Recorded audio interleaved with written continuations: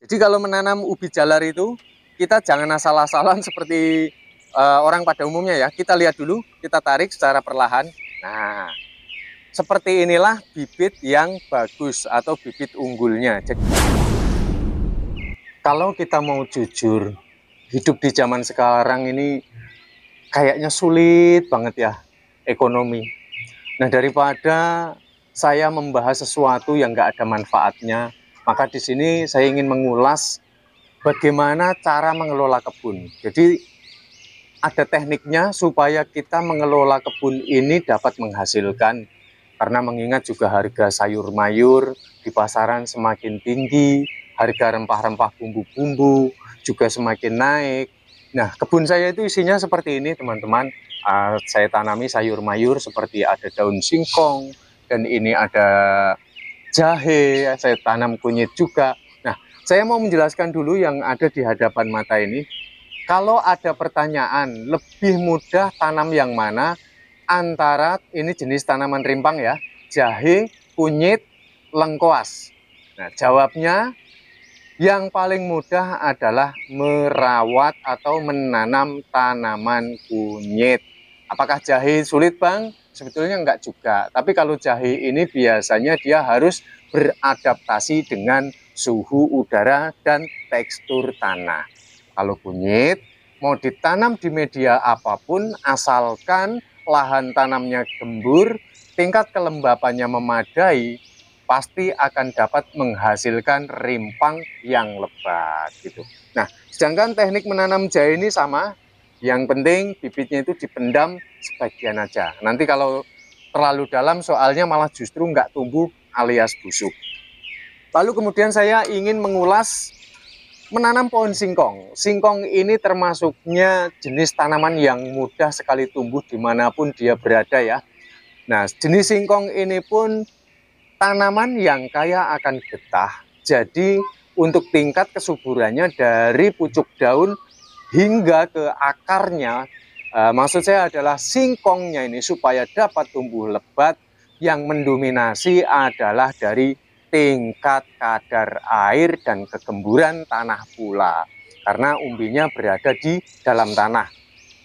Dan yang berikutnya saya menanam jenis buah-buahan, teman-teman.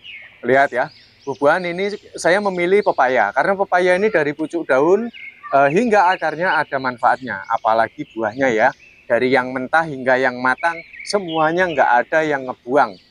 Kalau dikasih manusia nggak habis, dikasih ke ternak pun nggak akan nolak. Nah, ini pun dia tanaman kaya akan getah.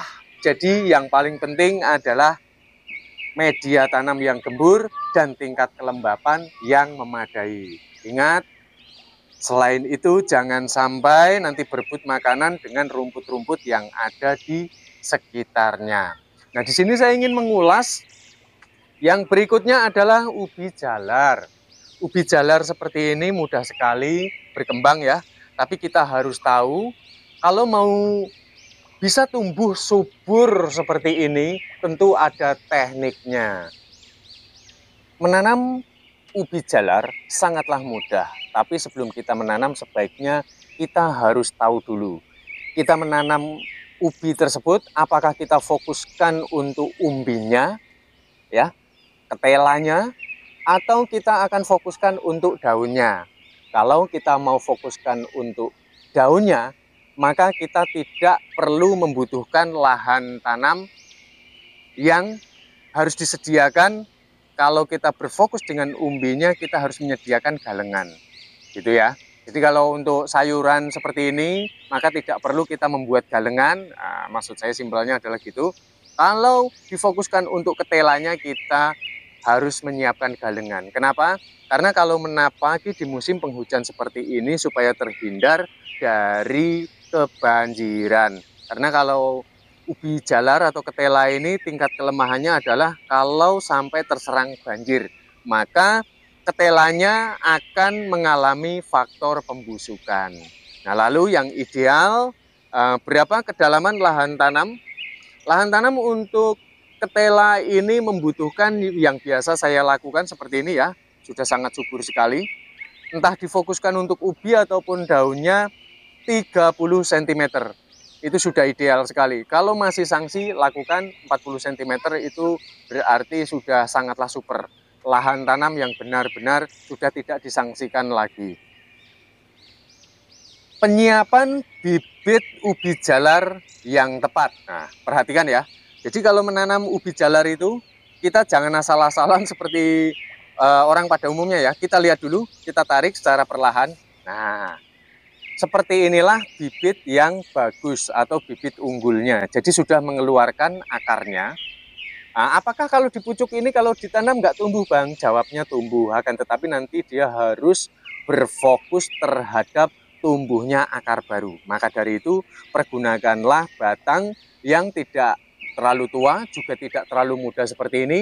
Dan intinya adalah yang sudah tumbuh akar seperti ini. Nah, ini langsung saja kita eksekusi ya. Jadi teman-teman poinnya tadi sudah tahu, jadi jangan menanam menggunakan pucuk, juga jangan menanam dengan menggunakan batang yang sudah berusia tua. Nah, lalu berapa panjang yang ideal kita menanam ubi jalar atau ketela tersebut? Saya biasa lakukan dari 20 cm hingga 30 cm seperti ini. Langsung kita tebas. Dan untuk daun-daun yang sudah tua seperti ini, maka kita harus membuangnya terlebih dahulu. Apa alasannya? Supaya nanti akar tersebut ini tidak berfokus terhadap fotosintesisnya. Jadi ketika ubi jalar ini kan dia memasak makanannya, itu karena klorofil daun ini menangkap paparan sinar matahari atau cahaya matahari, sehingga nanti kalau ini tidak kita kurangi atau kita buang, nanti dia akan lebih berfokus terhadap perkembangan daunnya. Maka dari itu, ini harus kita hilangkan. Kalau ada tunas yang muda ya, jadi tunas muda itu kita boleh menyisakan yang ada cabangnya ya, tapi yang kita sisakan itu jenisnya yang seperti ini, lihat. Nah, ini cabang yang masih muda, ini bisa kita pakai, tapi untuk daunnya secara full global haruslah kita singkirkan seperti ini, lihat. Nah, seperti ini ya teman-teman ya. Kalaupun nggak ada, nggak masalah, yang penting akarnya ini usahakan pada saat mencabutnya jangan sampai banyak yang terputus, karena nanti mau dari pelebatan daun ataupun dari lebatnya ketelanya, semuanya bertumpu dari akarnya. Yang berikutnya adalah cara menanam yang benar. Nah, karena bisa saja ini kalau mau langsung kita tancapkan hidup gitu ya, bisa. Tapi akan beda ceritanya kalau melakukan hal seperti ini. Jadi kalau menanam ubi jalar itu jangan ditancapkan menggunakan tangan seperti ini ya, karena hasilnya nanti nggak akan maksimal. Tapi kita lebih dengan menggunakan satu alat seperti ini, tanah yang sudah kita olah, kemudian kita berikan, kita buat lubangan seperti ini dengan kedalaman kurang lebih sekitar 2 hingga 3 cm saja.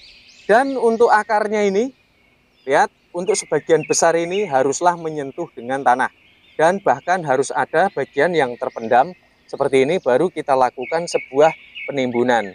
Tapi ingat, untuk ujung pangkal di bagian bawah ini haruslah kita sisipkan. Boleh nekuk, boleh mau juga lurus, seperti ini ya. Nah, seperti inilah cara menanam ubi jalar yang benar. Nah, seperti ini. Dan untuk akar yang masih tersisa, jikalau ada, ini harus menyentuh dengan tanah seperti ini. Lihat. Nah, seperti ini. Kemudian lakukan penyiraman ketika kita dapati media tanam ini mengalami faktor kekeringan. Dan lakukan itu secara berkala dan jangan berlebihan pula ya. Dan saya rasa dari semua yang sudah saya paparkan ini sudah semuanya. Saya sampai bingung apalagi yang mau saya sampaikan gitu ya. Dan saya yakin ini semua akan memberikan kemanfaatan buat orang-orang yang tekun, yang memang berbudidaya tanaman ya, sayur mayur terutama, atau mungkin jenis bumbu-bumbu rimpang seperti itu, dan sudah pasti akan menghasilkan. Teman-teman bisa lihat sendiri ya, ada beberapa tanaman saya menanam, dan ini sudah saya bagikan semua trik berkebun saya, dan kita jumpa pada konten selanjutnya.